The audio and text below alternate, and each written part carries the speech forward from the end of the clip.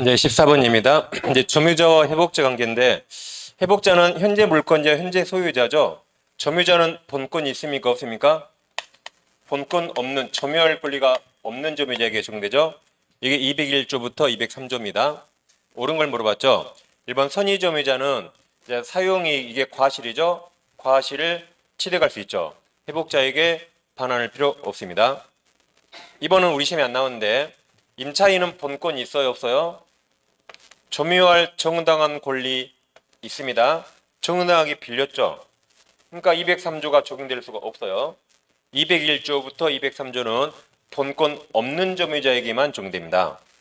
그럼 임차인이 유익비를 지출했죠. 그럼 누구에게 유익비 청구해야 돼요? 채권자니까 임대인에게만 청구해야 되고, 임대인 아닌 제3자에게 청구할 수 없습니다.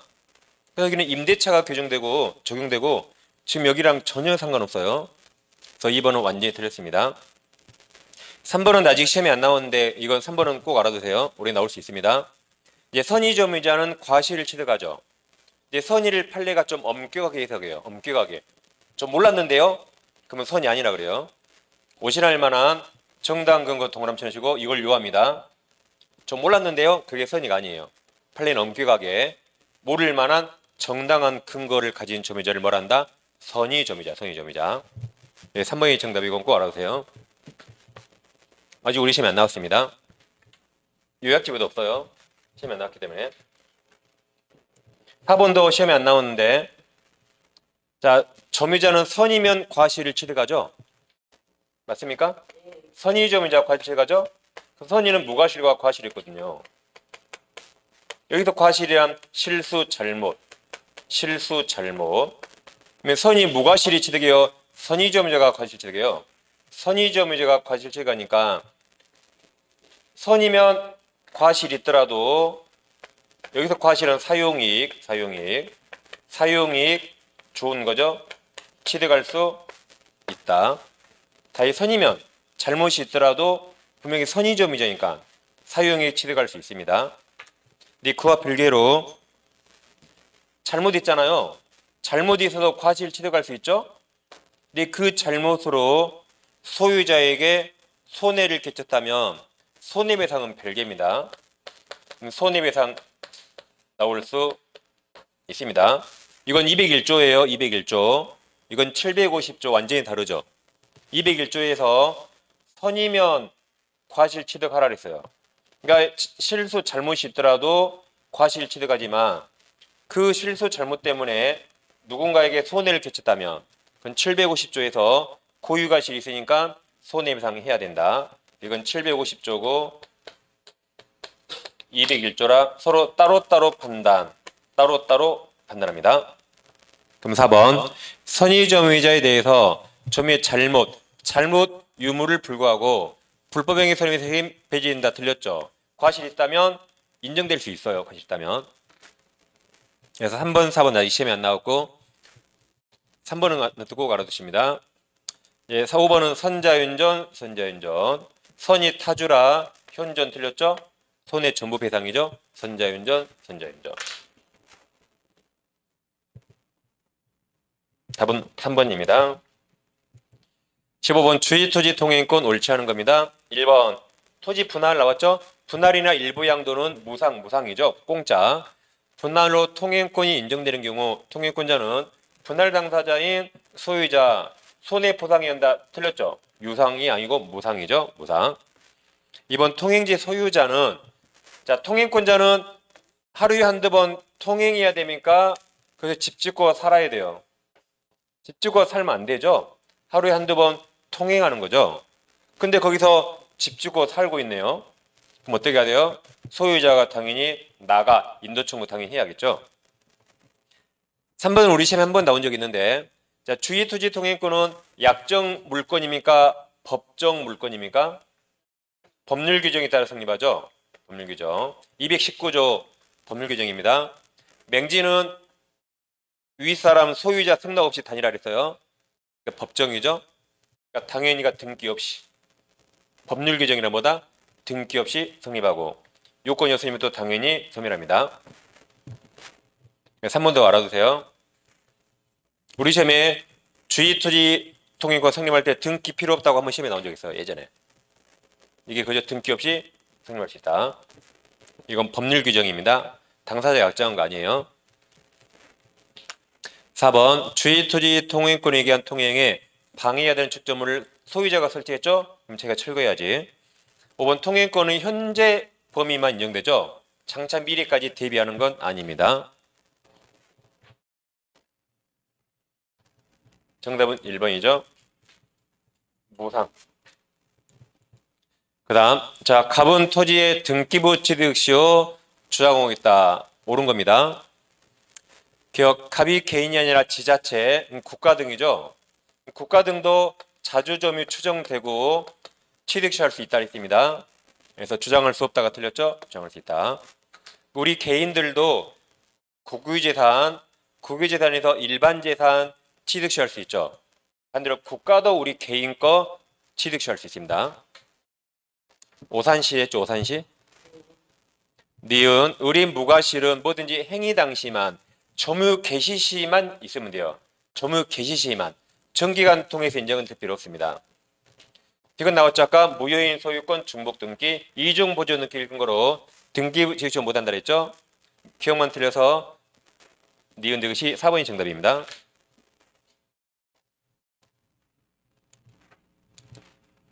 17번 공유설명 옳은 건데 1번은 시험에 나온 적 없고 처음 봅니다. 잠깐 7번 보세요. 뒤에 해설이 있어요. 자, 부동산 있는데 갑이 공유집은 7분의 1 가지고 있다. 7분의 1. 7분의 1. 다른 공유자는 이 동네 안 살아. 멀리 살아요. 공유자 중에 갑만 이 동네에 살고 있고 다른 공유자는 멀리 삽니다. 그러니까 멀리 사는 사람이 여기 와보겠어요? 안 와보겠죠?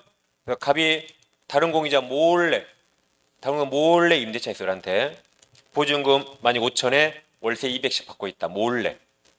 그리고 다른 공유자 몰래 우리 나가면 돈 많이 벌었잖아요. 이게.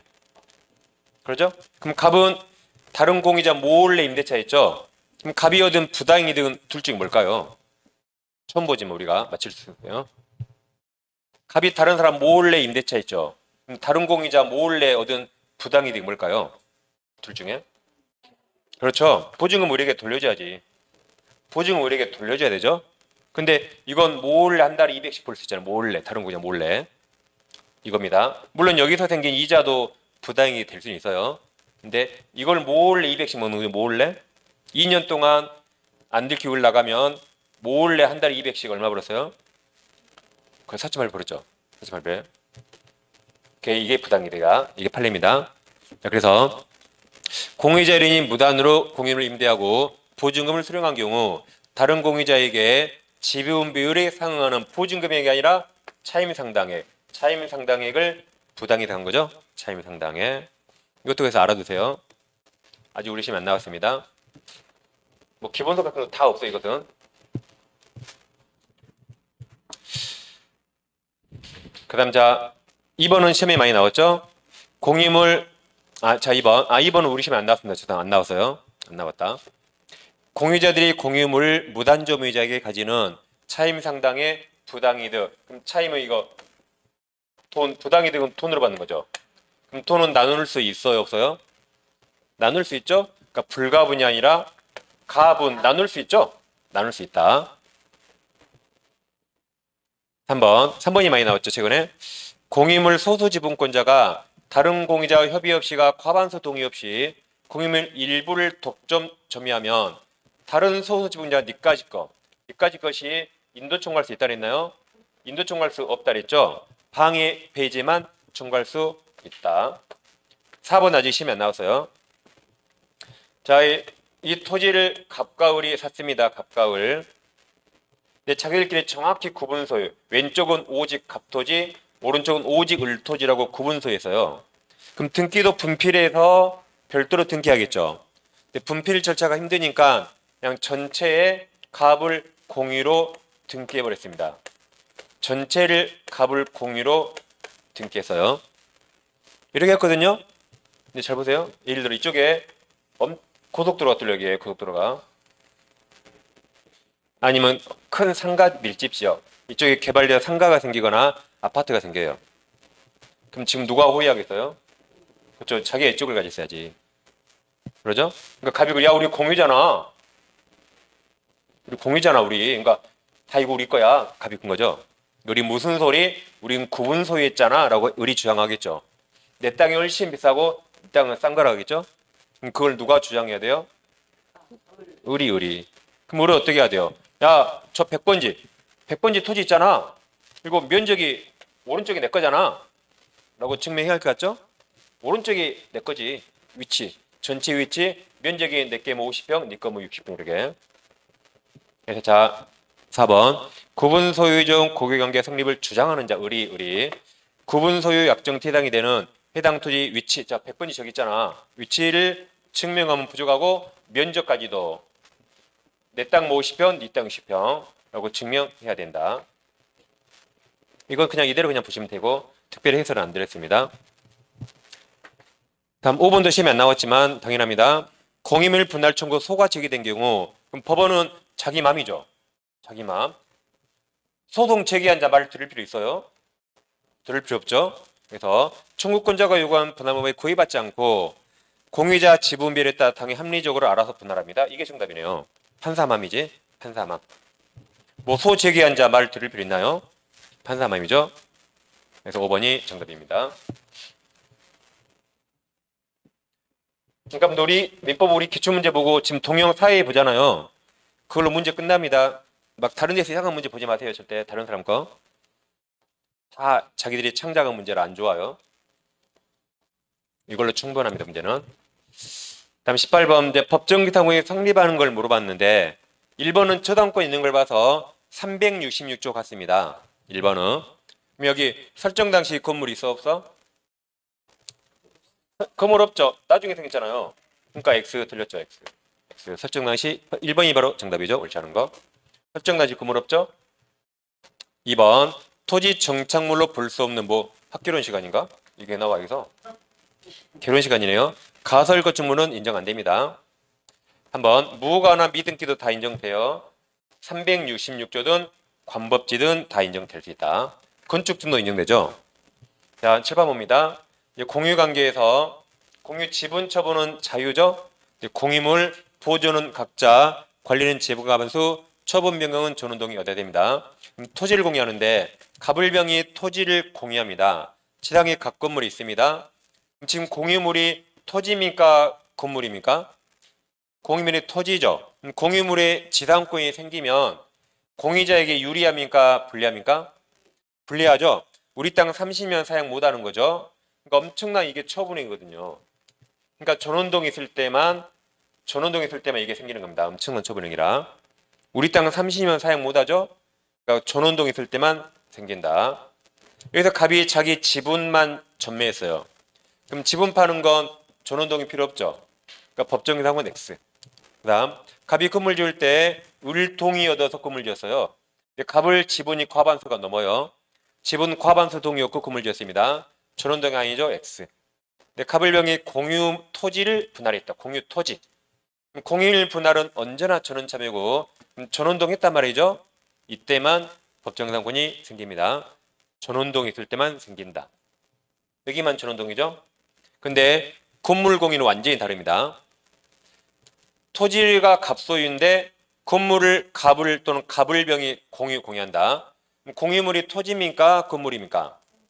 그 공유물에 지상권이 생기면 공유자에게 유리해요? 불리해요?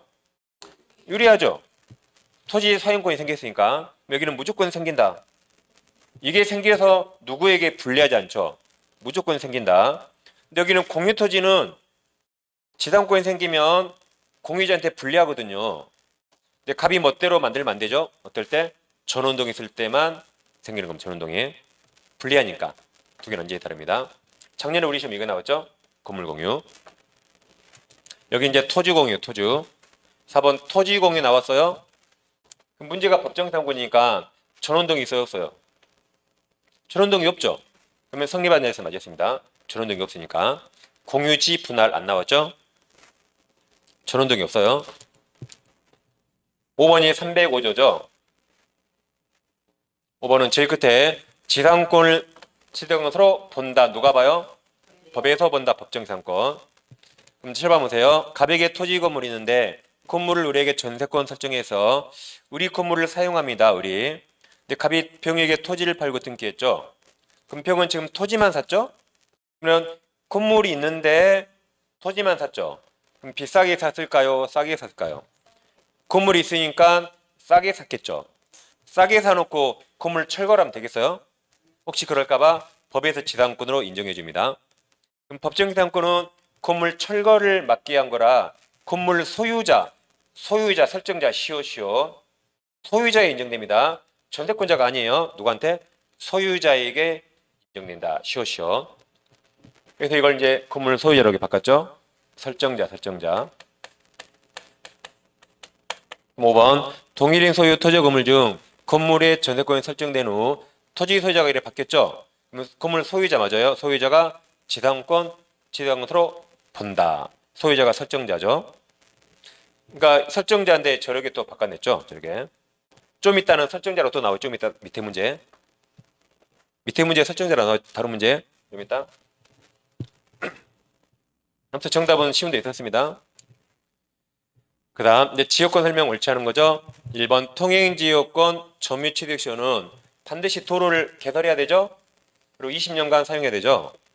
2번 요역지 공유자 1인이 취득하면 다른 사람 취득합니다.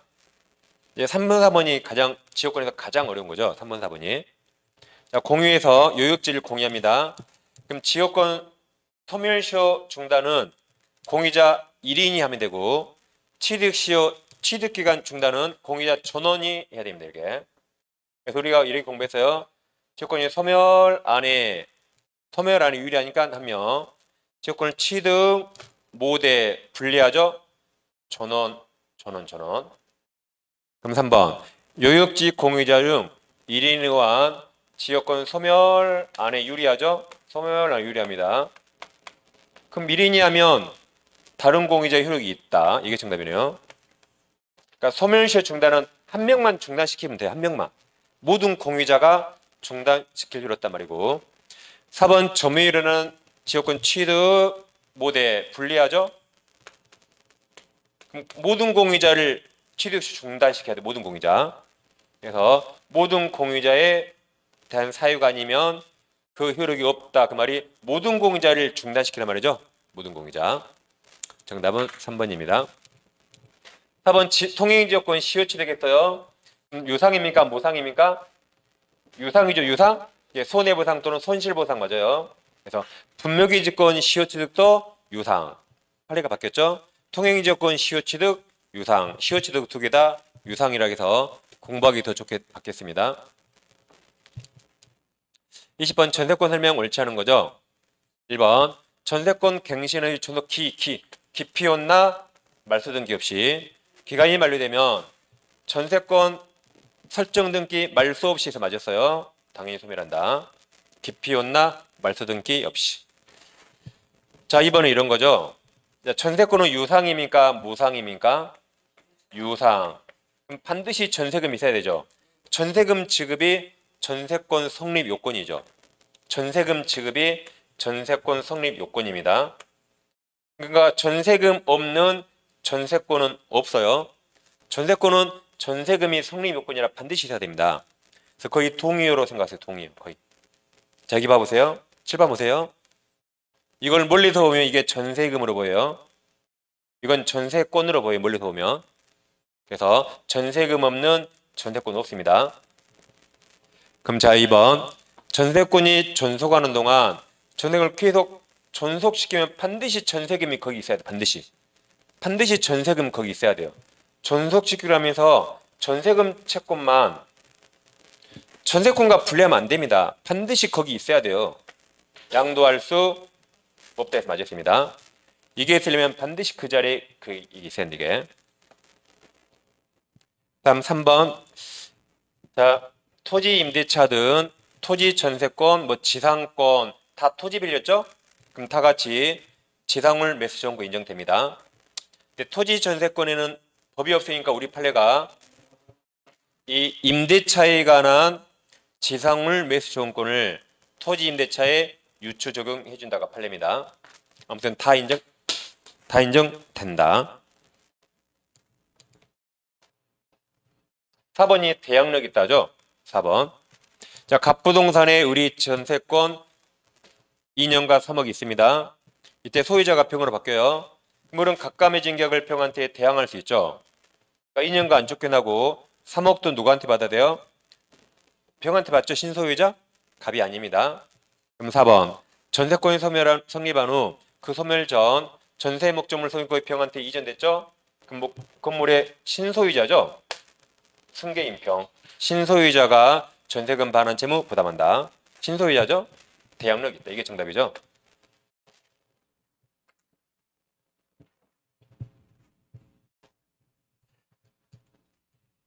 5번 또 나왔죠? 5번 지문이 길면 뒤로 버렸어요.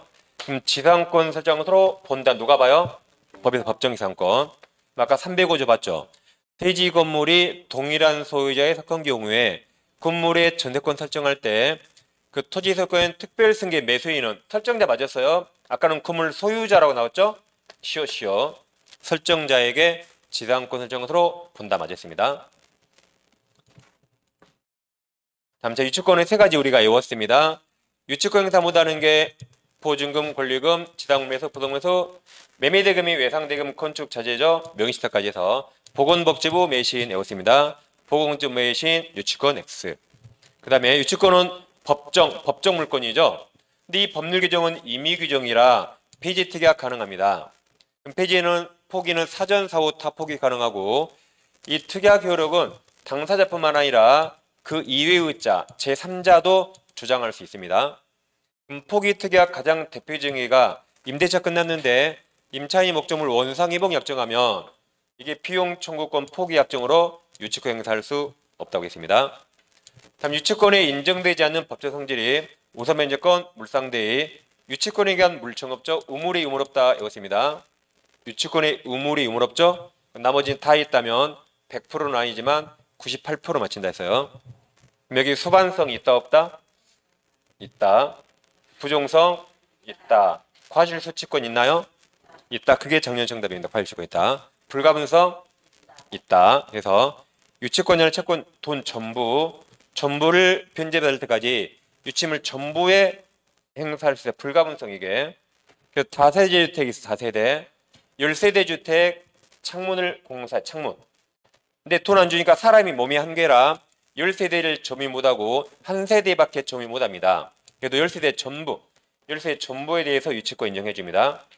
그러니까 불가분성 10세대 전부 돈 다 받을 때까지 10세대 전부에다 인정해 준 게 불가분성입니다. 그러니까 우물이 의무로 없으니까 불가분성 있죠? 불가분성 있다. 경매 청구권 있다. 이렇게 세 가지 외웠습니다. 다음 간접점유로 유치권 행사할 수 있는데 이 제3자에게 맡게 되죠? 제3자. 채무자에게 맡기면 채무자에게 물건 돌려준 거라 유치권 인정 안 됩니다.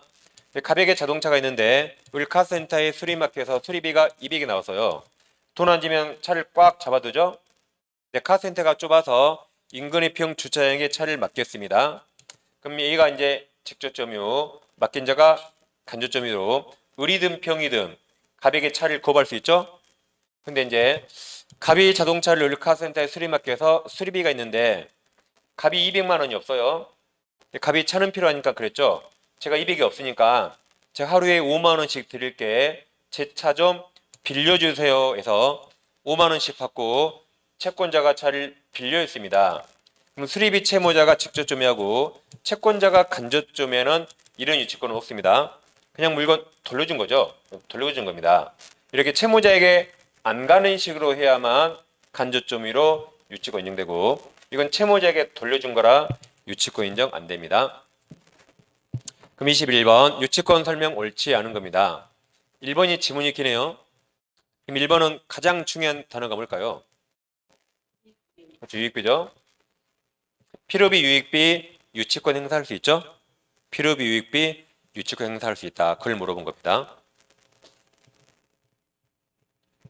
2번 다세대 아까 10세대 주택 창호 창문공사 완성한 하수급이니 공사대금 채권 잔액을 변제받기 위해서 사람이 몸이 한계라 한 세대만 점유하죠? 그럼 유치권 인정된다 그랬죠? 10세대 전체에 대해서 이게 정답입니다.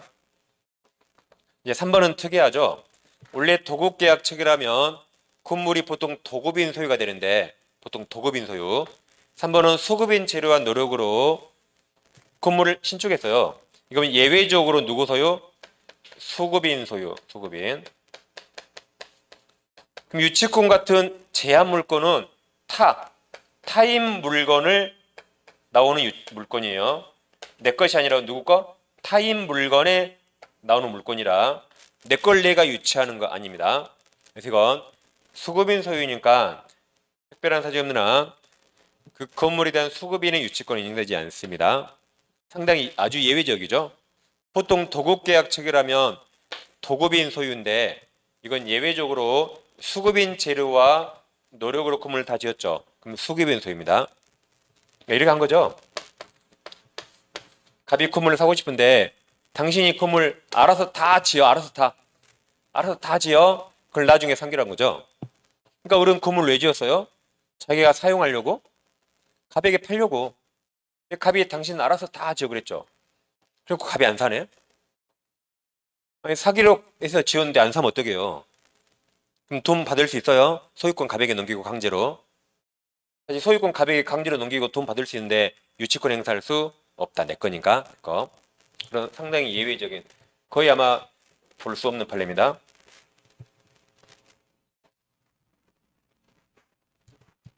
4번. 4번은 법조문 그대로죠. 유치권 목적은 부동산, 동산, 유가증권. 증권이 종이죠.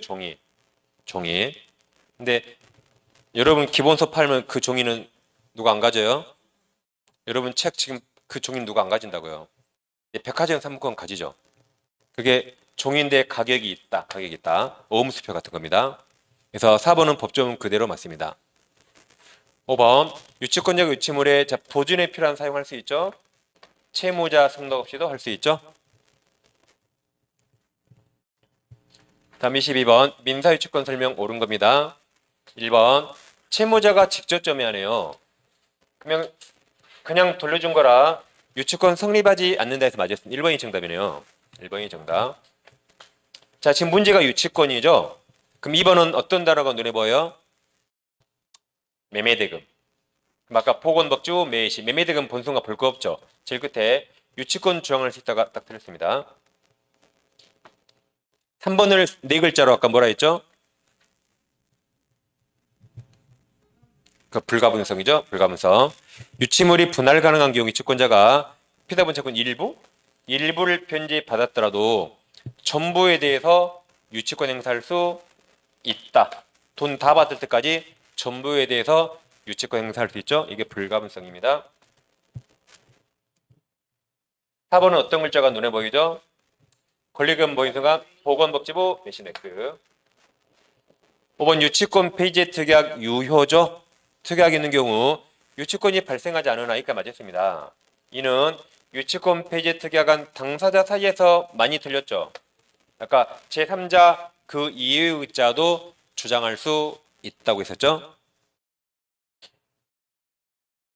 그러니까 지금까지 문제 풀어보니까 뭐 지금까지 공부 안 한 문제 한 2문인가 밖에 없죠. 다 했던 건데 이게 이렇게 나오구나 지금 얘기 지금 하고 있습니다.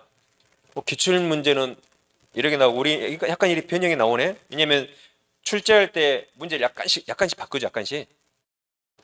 그러니까 내가 아는 걸 정확히 알아야 문제 맞춥니다.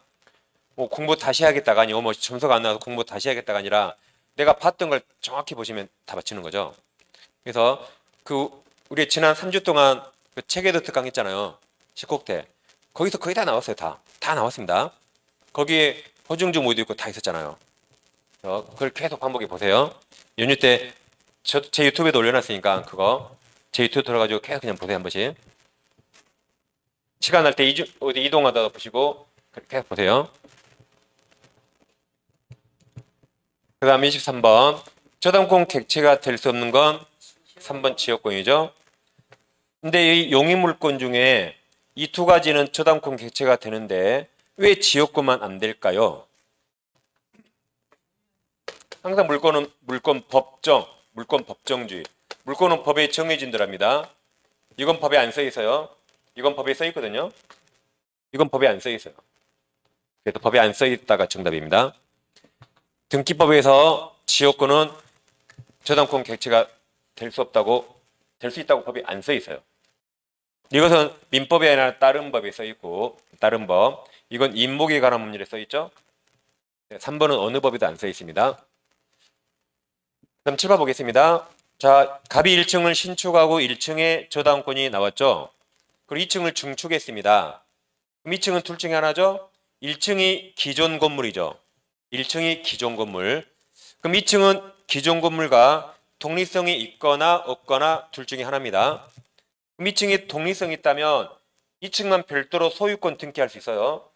근데 독립성이 없다면 1층에 부합된 거죠. 그래서 내 똥배가 나왔죠. 내 똥배.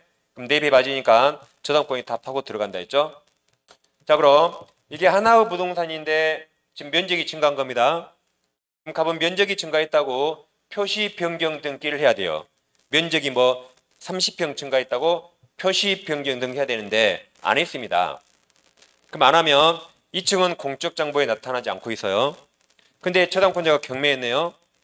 2층은 공적 장부에 안 나타나니까 경매 목적물로 평가되지 않았죠. 그래도 경락에는 2층까지 다 취득합니다. 왜 그래요? 이게 중요한 게 아니고 저당권이 미쳤잖아요. 그러니까 다 취득한다.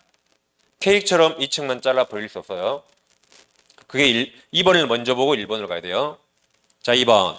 건물 증축 부분이 저당 목적물 기존 건물 1층에 부합됐어요. 그럼 똥배가 나온 거죠. 부합되면 특별한 사정이 없는 한 저당권은 증축에 미친다. 1번. 경매 절차 매수인이 증축 부분 소유권을 취득하기 위해서 부합된 증축 부분이 기존 건물 1층, 1층에 대한 경매에서 경매 목적물로 평가돼야 한다. 틀렸죠. 평가 안 돼도 다 취득한다 그랬죠. 그래서 1번이 정답입니다.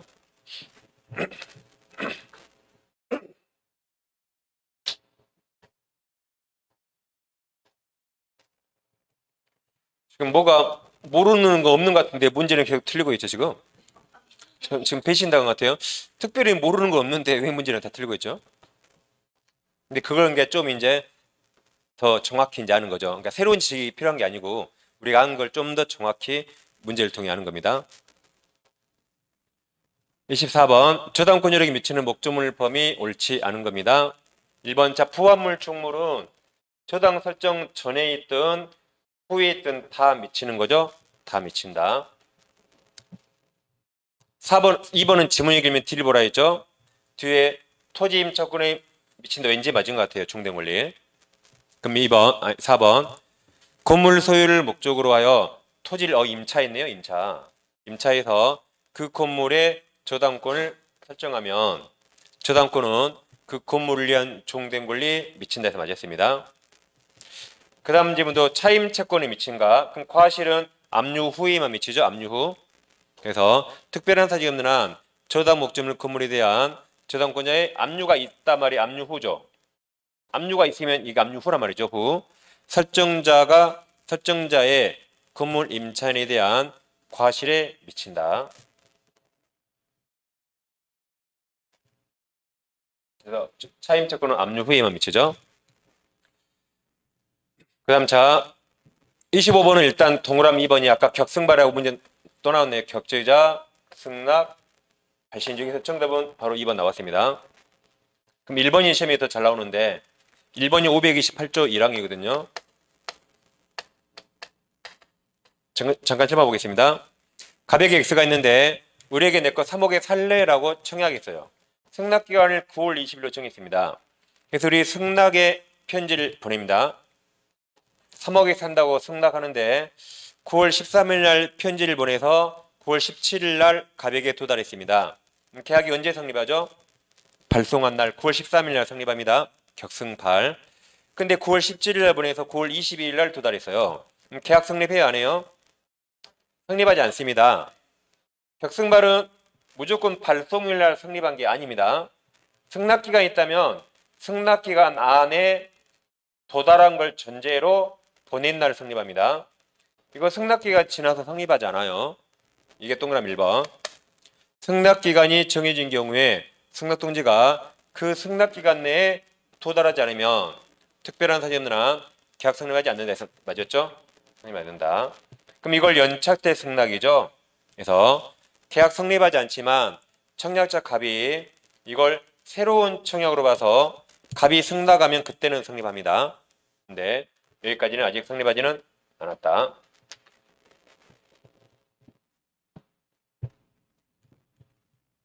네, 3번. 청약의 상대방이 도달했네요. 그럼 저기서 처리할 수 없다 그랬어요. 4번.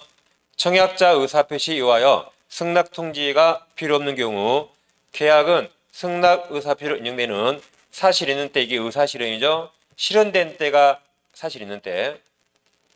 5번. 당사자 간의 동일한 내용의 청약이 상호 교체된 경우에 청약은 다 도달주의죠. 청약이 두 개라 도달한 때 맞아요. 청약은 다 도달주의. 아까 격승발 빼고 다 도달주의. 격지자 승낙 빼고 다 도달주의예요. 그럼 청약은 무조건 도달주의. 다음 통시행 관계가 인정되는 걸 물어봤습니다. 이제 기억은 우리 시험에 몇 번 나왔는데 이제 이렇게 또 낼지는 몰랐죠. 이행불능이면 동시행이 있고 채권양도 동시행이 있습니다. 자 보세요. 갑에게 X 토지, 을에게 Y 토지가 있는데 두 토지를 교환계약체결합니다. 그럼 을은 Y를 넘길 의무가 있죠. 갑은 X 넘길 의무가 있는데 서로 동시에 해야겠죠. 근데 갑이 을에게 X를 넘기지 않고 병에게 팔고 등기해버립니다. 그럼 병이 소유권 취득합니다. 그럼 병이 소유자라 갑은 더 이상 X를 넘길 수 없으니까 X 넘길 채무가 이행불능에 빠져서 손해배상 채무로 바뀝니다. 원래 이것 두 개가 동시행인데 X 넘길 의무가 이렇게 바뀌었잖아요. 여전히 Y 넘길 의무와 X 넘길 대신 손해배상 채무, 이 파란색 두 가지가 동시행입니다. 교환은 매매하고 똑같다 그랬어요. 그래서 매매로 바꾼 겁니다. 매매계약상 매도인 소유권 이전 의무가 이행불능이 됐어요. 그러면 이제 손해배상 채무와 매매니까 돈 줄 채무, 교환이니까 Y 넘길 채무인데 매매니까 을은 매수인은 돈 줄 채무, 서로 동시행 맞습니다. 동시행. 밑에 판례하고 똑같이 보시면 돼요. 동시행 맞았다. 그다음 니은 이거죠. 니은 우리가 다 아는 건데 이겁니다. 갑에게 X가 있는데 우리가 10억에 매매했습니다. 9월 10일 날 매수인이 중도금 미리 주기라고 2월 10일 날 잔금 지급과 동시에 소유권 이전하기로 했죠. 그럼 9월 10일은 을이 봤을 때 상대방 갑은 아무런 변적이 없죠. 그럼 을은 중도금 선이행해야 되고 10월 10일은 동시행 관계입니다. 이렇게 을은 선이행해야 되죠. 뭘 동시에 이행하자고 항변할 게 없습니다. 근데 예외적으로 이날 중도금 주려고 등기부를 열어봤어요. 근데 약 10일 사이에 부동산에 저당권이 엄청나게 들어왔어요. 그럼 중도금 주더라도 소유권 받는다는 보장이 없으니까 불안해서 중도금 못 주겠다고 항변할 수 있습니다. 두 번째, 을은 원래 중도금 선행해야 되는데 못 줘서 지체에 빠졌습니다. 그러다 이날이 되면 이날 서로 동시행해요. 이제 을은 중도금과 약 한 달간 지연 손해금, 잔금 이 세 가지 의무와 갑의 소유권 이전이 동시행입니다. 근데 갑이 소유권 안 넘기면서 을한테 너부터 돈 내놔 그래요. 근데 을도 미쳤냐고 항변할 수 있습니다. 그래서 을이 선이행음을 지체다가 갑도 10월 10일 날 변적이 도래했죠. 그럼 동시관계가 생깁니다. 이걸 이제 니은처럼 바꾼 거예요. 니은. 매매계약상 매도인 소유권 이전 의무와 매수인 대금 지급 의무 중 어느 하나가 선이행하기로 약정했죠. 이렇게 선이행으로 약정했죠. 약정한 경우 각이 한 개입니까? 둘 다입니까? 둘 다. 각 의무 이행기가 모두 지났다가 이날이죠. 갑도 이행기 지났죠. 각 의무 이행기가 모두 지났다가 이날. 을도 지났고 갑도 지났고 그럼 이제 동시행 있잖아요. 그래서 니은도 동시행 맞습니다. 그러니까 이 판례를 저렇게 또 바꿀 줄 몰랐죠. 저렇게. 기억 니은 정답이고 이것은 아니죠. 이거 자 이거죠. 갑에게 X가 있는데 을이 3억 빌려주고 근저당 취득했습니다. 근데 X가 경매에 나와서 병이 낙찰받았어요. 그럼 경락인이 매각대금을 완납하면 이 부동산의 우선 변제권자에게 그 돈이 배당됐고 법원이 촉탁으로 채무자 갑에서 낙찰자 앞에 등기했습니다. 이러고 모든 게 끝난 줄 알았는데 경매가 무효라고 판명됩니다. 그럼 낙찰자는 등기 말소 해줘야 되고 얘는 배당금 돌려주고 이게 서로 동시행이 아니죠. 사람이 달라요. 여긴 갑과 병, 여기 을과 병, 사람이 다릅니다. 이거 돼서 근저당 실행을 위한 경매가 무효가 돼서 근저당 권자 을이 채무자가 갑이죠. 갑이 소유자죠. 대위에서 낙찰자 병에 대한 소유권 등기 말소 행사하는 경우 낙찰자의 소유권 등기 말소 의무와 근저당권자 의뢰의 배당반은 사람이 달라. 동시행 아니다.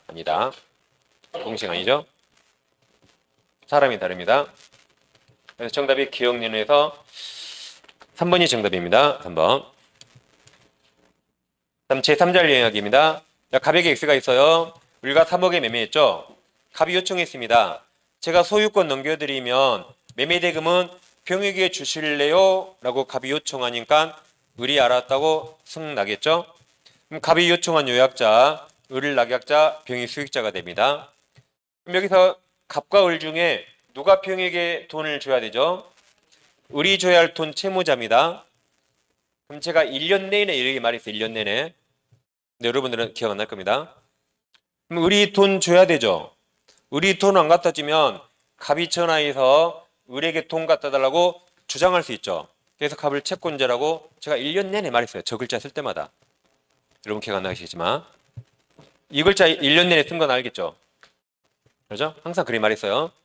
그리고 얘가 수익자입니다. 그러면 이들 관계가 기본 관계라 보사 관계고 갑병 관계가 대가 관계죠. 그럼 대가 관계는 노란색과 겹친 적 없죠. 기본 계약 제3자를 위한 계약에 어떠한 영향도 미치지 않기 때문에 이게 무효가 되더라도 이 약속은 지켜야 되죠.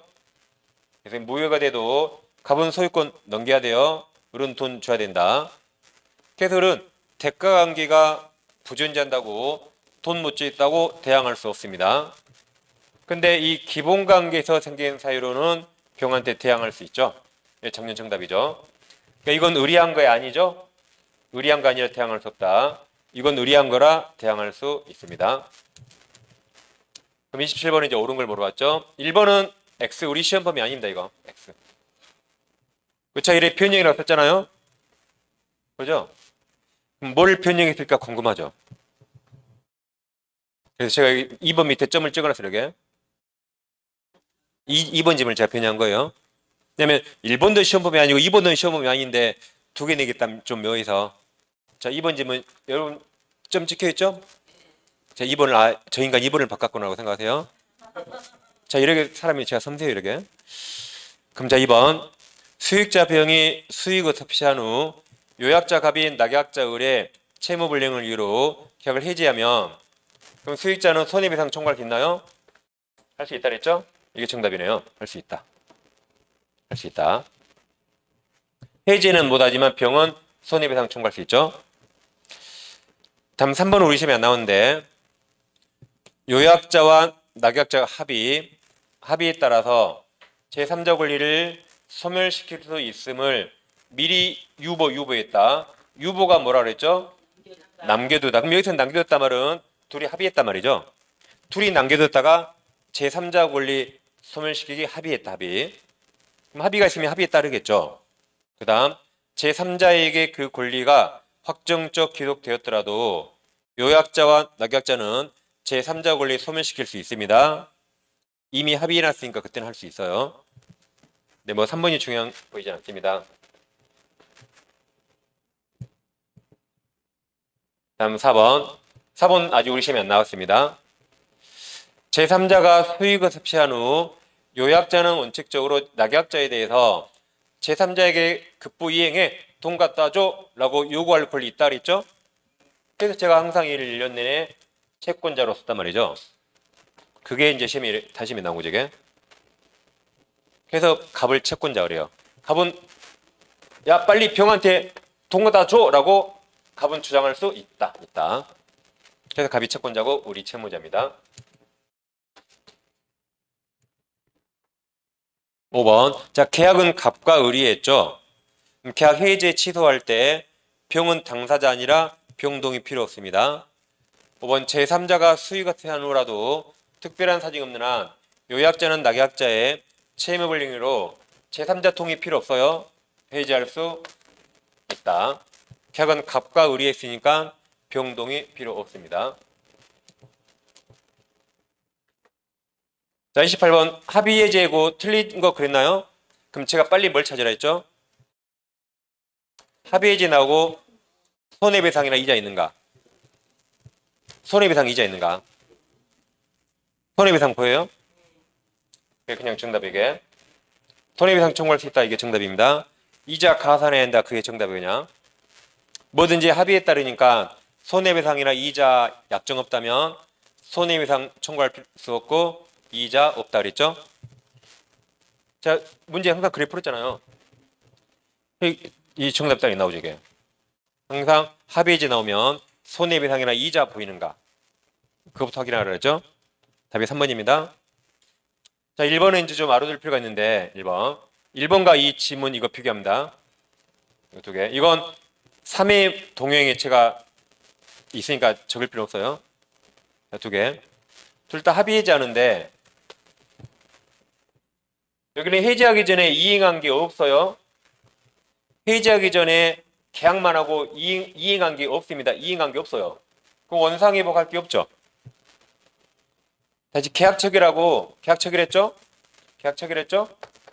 합의 해지할 동안에 이행한 적 없죠. 이행을 안 했으니까 원상회복할 게 없어요. 그러니까 원상회복 안에서 반드시 약정할 필요 없는 겁니다. 근데 1번은 이행했어요, 안 했어요? 이행했죠. 그럼 그것을 어떻게 되돌릴까 합의해야지. 그래서 이 박스는 이행한 게 없어요. 그러니까 원상회복이 나올 수가 없죠. 근데 동그라미 1번은 일부 이행했으니까 합의해제할 때 이행한 걸 어떻게 되돌릴까 합의해야겠죠. 그래서 여기는 일부 이행한 거고 박스는 이행하지 않은 겁니다. 그럼 1번 일부 이행된 계약의 묵시적 합의해지 능력에서 원상회복 간에도 일치해야 되고 1번에서 맞았습니다. 박스랑 비교하셔야 돼요. 동형 3회차에 이거 차로 나갑니다. 다음 차 2번 당사자 일방이 합의 해지에 따른 원상회복 및 손해배상 범위에 관한 조건을 제시했네요. 조건. 그럼 그 조건에 합의해야겠죠? 나 그거 싫어 노하면 안 되는 거죠. 그 조건에 관한 합의까지 이루어져야 합의 해제가 성립하고 3번 계약이 합의 해제되면 원칙적으로 손해배상 청구할 수 없다. 이게 정답이죠. 손해배상 약정한 적 없죠? 뭐든지 합의에 따릅니다. 4번이 그 해설이에요. 4번. 4번에서 3번으로 화살표예요. 4번에서 3번으로 화살표. 4번은 계약 해제가 법정 해제. 법정 해제에 관한 민법 규정은 합의 해제에 적용되지 않습니다. 합의 해제는 뭐든지 합의에 따른다. 그래서 3번에서 손해배상 합의한 적 없죠. 청구할 수 없다. 이자도 가산하지 않는다죠. 5번이 이제 합의 이게 이제 나가리죠. 나가리. 나가리 되면 당연히가 말소 등기 없이. 자, 10번 보세요. 갑부동산을 을과 매매하고 등기하면 을이 소유권 취득했습니다. 취득했는데 매매가 나가리가 된 나가리. 무효, 취소, 해제, 합의 해제, 효력 선물 조건. 그럼 나가리 되면 말소 등기 안 해도 소유권 자동 복귀합니다. 그럼 갑이 소유자고 을 등기 무효가 되죠 이제. 그럼 갑은 소유권으로 말소 청구하고 소유권에 대한 물청이라 소멸식을 의지한다고 작년에 시험에 나왔죠. 그래서 나가리 되면 말소 등기 없이 등기 없이를 세 글자로 말한다. 당연히. 그래서 5번 매매 계약이 합의 해지된 경우 원칙적으로 매수인 을에게 이전했던 목적물 소유권은 당연히 복귀됩니다. 당연히. 그게 좀 이따 밑에 여러 문제에 원상회복 등기하지 않아도 나와요. 좀 이따 밑에 나온다. 원상회복 등기 안 해도라고 나옵니다. 그게 당연히.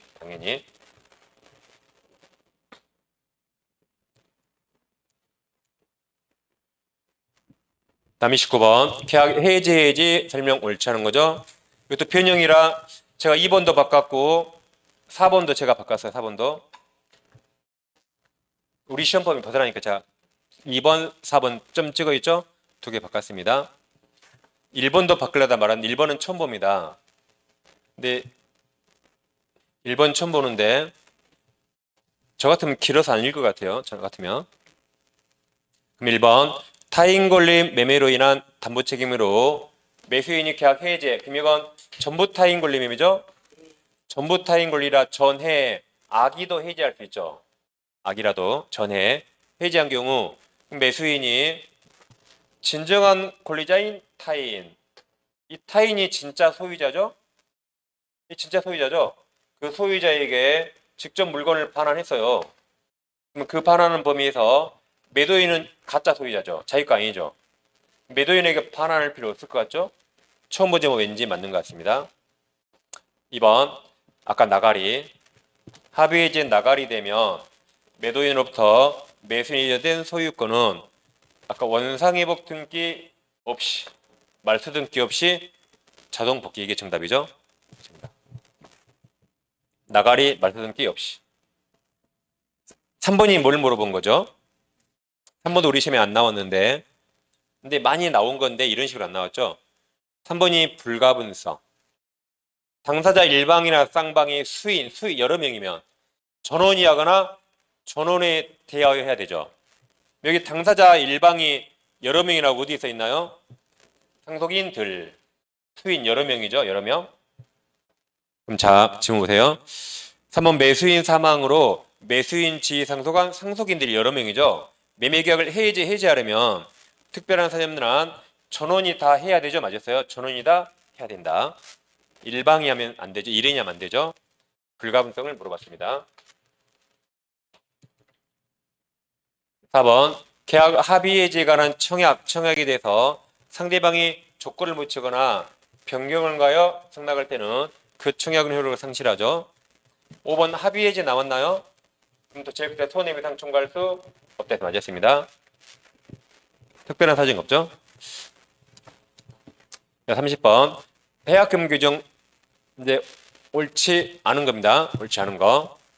이번 계약금 일부만 지급된 경우 수령자 매도인은 실제 받은 금액이 아니라 약정계약금 맞아요. 약정계약금 100을 상환하고 계약 해지해야 되죠. 2번 계약 당사자 일방이 채무 이행기 전 그럼 이행기 전에 이행 착수 가능하죠. 이행기 전에 미리 이행에 착수했다면 그럼 해지할 수 없습니다. 맞아요. 해지할 수 없다. 3번은 이제 매매까지 다 임의 규정이죠. 3번 계약 당사자가 계약 금액의 해제권을 배제하기로 하는 약정 유효죠. 임의 규정.